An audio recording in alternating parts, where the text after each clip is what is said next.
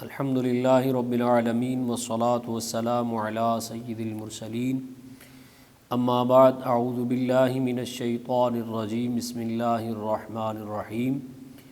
معزز سامعین و حاضرین و ناظرین، آج آپ سورہ توبہ کی آیت نمبر 41 سے ترجمہ اور مختصر تفسیر سماعت کریں گے۔ اس آیت میں غزوہ تبوک میں شرکت کا حکم دیا گیا ہے۔ فرمایا انفروا خفافا وثقالا وجاہدوا باموالکم وانفسکم فی سبیل اللہ۔ تم مشقت میں ہو یا آسانی میں ہو، ہر حال میں نکلو اور اپنے مالوں اور اپنی جانوں کے ساتھ اللہ کے راستے میں جہاد کرو۔ ذالکم خیر لکم ان کنتم تعلمون، اگر تم جانو تو یہی تمہارے لیے بہتر ہے۔ اس آیت کے اندر مفسرین نے خفافاً اور ثقالاً کے بہت سے معنی بیان فرمائے ہیں، یعنی تمہارے لیے نکلنے میں آسانی ہو یا مشقت ہو، اہل و عیال کم ہوں یا زیادہ ہوں، اسلحہ کم ہو یا زیادہ ہو، تم سوار ہو یا پیدل ہو، جوان ہو یا بوڑھے ہو، طاقتور ہو یا کمزور ہو، مالدار ہو یا فقیر ہو، فارغ ہو یا کسی کام میں مصروف ہو۔ خلاصہ یہ ہے کہ حضور سیدنا محمد الرسول اللہ صلی اللہ علیہ وآلہ وسلم، حضور تاجدار کائنات نے جب اور جن مسلمانوں کو جہاد کے لیے بلایا ہے، انہیں جہاد میں جانا ضروری ہے، چاہے وہ کسی بھی حال میں ہو۔ اس آیت پر مجھے ایک واقعہ یاد آ رہا ہے۔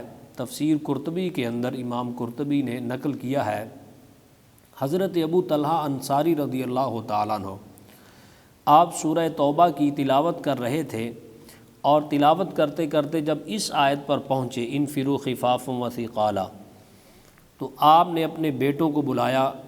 آپ اس وقت بوڑھے ہو چکے تھے اور بیٹے جوان تھے، تو بلا کر کہنے لگے کہ میرے لیے جہاد کا سامان تیار کرو، میں جہاد پر جانا چاہتا ہوں۔ بیٹوں نے کہا کہ اللہ تعالیٰ آپ پر رحم فرمائے، آپ نے نبی کریم صلی اللہ علیہ وآلہ وسلم کے ساتھ جہاد کیا، غزوات میں شرکت کی، یہاں تک کہ حضور سرور کائنات صلی اللہ علیہ وآلہ وسلم اس دنیا سے پردہ فرما گئے۔ اس کے بعد پھر آپ نے حضرت ابو بکر صدیق رضی اللہ تعالیٰ عنہ کے دور مبارک میں بھی صحابہ کے ساتھ مل کر جہاد کیا، یہاں تک کہ ان کا دور بھی ختم ہوا، ان کا وصال ہو گیا۔ اس کے بعد آپ حضرت عمر فاروق رضی اللہ تعالیٰ عنہ کے دور میں بھی جہاد پر گئے اور جہاد کیا، یہاں تک کہ حضرت سیدنا عمر فاروق رضی اللہ تعالیٰ عنہ آپ کا بھی وصال ہو گیا، شہید ہو گئے۔ اس کے بعد یعنی اب سیدنا عثمان غنی رضی اللہ تعالیٰ عنہ کا دور ہے، اور اب آپ بوڑھے ہو چکے ہیں، ہم جوان ہیں، تو لہٰذا اب ہمیں جہاد میں جانے کی اجازت دیں، ہم آپ کی طرف سے بھی لڑیں گے۔ تو آپ نے فرمایا کہ نہیں، میرے لیے جہاد کا سامان تیار کرو، میں ہی جہاد پر جانا چاہتا ہوں، کیونکہ میں نے اپنے سامنے قرآن مجید کی یہ آیت ہے، وہ میں نے ابھی پڑھی ہے، تو لہٰذا میں اس پر عمل کرنا چاہتا ہوں۔ اور کہتے ہیں کہ سامان تیار کیا گیا، آپ جہاد کے لیے نکلے اور سمندری راستے پر آپ نے سفر شروع کیا۔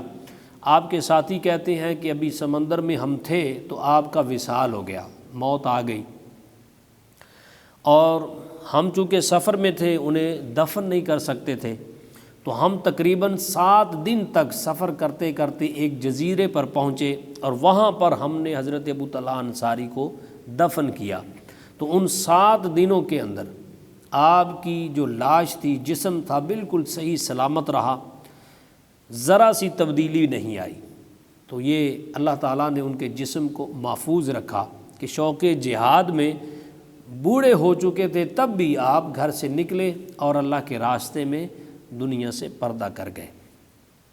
تو اس آیت سے یہ معلوم ہو گیا کہ جب نبی پاک صلی اللہ علیہ وآلہ وسلم جہاد کا حکم دیں تو اپنی جان کے ساتھ، اپنے مال کے ساتھ، جو جان دے سکتا ہے، لڑ سکتا ہے، وہ نکلے، اور جس کے پاس مال بھی ہے اور لڑ بھی سکتا ہے وہ لے کر نکلے، جان بھی اور مال بھی۔ اور جو مال ہے لیکن لڑ نہیں سکتا تو وہ اپنا مال جہاد میں لگائے۔ تو مجاہدین کی مالی مدد کرنے کے یہ بھی بہت سارے فضائل احادیث میں ملتے ہیں۔ اگلی آیت میں منافقوں کا غزوہ تبوک میں جو طرز عمل ہے اس کا ذکر کیا گیا ہے۔ فرمایا لو کان عرضا قریبا وسفرا قاصدا لاتبعوک ولکن بعدت علیہم الشقہ۔ فرمایا اگر آسانی سے ملنے والا مال ہوتا اور درمیانہ سا سفر ہوتا تو وہ ضرور تمہارے پیچھے چلے آتے، لیکن مشقت والا سفر ان پر بہت دور پڑ گیا۔ وَسَيَحْلِفُونَ بِاللَّهِ لَوِ اسْتَطَعْنَا لَخَرَجْنَا مَعَكُمْ، اور اب اللہ کی قسمیں کھائیں گے کہ ہمیں طاقت ہوتی تو ہم آپ کے ساتھ ضرور نکلتے۔ يُهْلِكُونَ أَنفُسَهُمْ، یہ اپنے آپ کو ہلاک کر رہے ہیں۔ وَاللَّهُ يَعْلَمُ إِنَّهُمْ لَكَاذِبُونَ، اور اللہ خوب جانتا ہے کہ یہ بالکل جھوٹے ہیں۔ یہاں سے یہ معلوم ہوا کہ جو منافقین تھے وہ حضور صلی اللہ علیہ وآلہ وسلم کے ساتھ جہاد میں نہیں گئے، اور اللہ تعالیٰ نے فرما دیا کہ اب وہ آئیں گے اور آپ سے کہیں گے، قسمیں کھائیں گے کہ ہمیں یہ مجبوری تھی، ہمیں فلاں مجبوری تھی۔ تو ایسا ہی ہوا، اللہ تعالیٰ نے اپنے حبیب صلی اللہ تعالیٰ علیہ وآلہ وسلم کو یہ غیبی خبر جو تھی وہ بتا دی، اور حضور صلی اللہ تعالیٰ علیہ وسلم کی نبوت کی سچائی کی یہی دلیل بن گئی کہ جیسا قرآن نے کہا تھا پھر ویسا ہی ہوا۔ منافقین آئے، انہوں نے جھوٹی قسمیں کھائیں اور آپ کے پاس آ کر یہ کہتے رہے کہ ہمیں یہ مجبوری ہے، ہمیں فلاں مجبوری ہے، ہمیں یہ کام ہے۔ تو حضور صلی اللہ تعالیٰ علیہ وسلم پھر ان کی بات سنتے رہے اور کہتے رہے کہ ٹھیک ہے، رخصت ہے، تمہیں جا سکتے ہو۔ تو جھوٹی قسمیں کھائیں تو اللہ نے فرمایا یہلکون انفسہم، یہ جھوٹی قسمیں جو کھا رہے ہیں یہ اصل میں اپنے آپ کو ہلاک کر رہے ہیں۔ یہاں سے یہ بات پتہ چلا کہ اللہ کے نام کی جھوٹی قسم کھانا یہ ہلاکت کا سبب ہے، اور احادیث کے اندر بھی اس کی شدید مذمت کی گئی ہے۔ بخاری اور مسلم کی روایات کے مطابق حضور سیدی کائنات صلی اللہ تعالیٰ علیہ وسلم نے ارشاد فرمایا کہ قیامت والے دن وہ بد نصیب لوگ جن کی طرف اللہ نہ نظر رحمت کرے گا، نہ ان سے کلام کرے گا، نہ انہیں پاک کرے گا اور انہیں دردناک عذاب دے گا، ان لوگوں میں وہ شخص بھی ہوگا جو دنیا میں اللہ کے نام کی جھوٹی قسمیں اٹھایا کرتا تھا۔ وہ چاہے سودا بیچنے کے لیے یا لوگوں کو مطمئن کرنے کے لیے اللہ کے نام کی قسمیں کھاتا ہوگا، تو قیامت والے دن اللہ تعالیٰ اسے دردناک عذاب دے گا۔ اور اسی پر حضور شہنشاہ بغداد پیران پیر حضور شیخ سید عبد القادر گیلانی قدس سرہ النورانی، آپ اپنی کتاب فتوح الغیب شریف میں فرماتے ہیں کہ جو بندہ اللہ تعالیٰ کے نام کی قسمیں کھاتا ہے، وہ جھوٹی ہوں یا سچی ہوں، جان بوجھ کر ہوں یا بھول کر ہوں، اس کے دل سے اللہ ایمان کا نور چھین لیتا ہے، یعنی اس کا دل نور ایمان سے خالی ہو جاتا ہے، اور لوگوں کے دلوں کے اندر اس کا نہ روب رہتا ہے، نہ لوگوں کے اندر اس کا اعتماد بحال ہوتا ہے۔ تو اللہ تعالیٰ ہم سب کو محفوظ و مامون فرمائے اور قرآن مجید کا نور ہم سب کو نصیب فرمائے۔ آمین بجاہ النبی الامین صلی اللہ علیہ وآلہ وسلم۔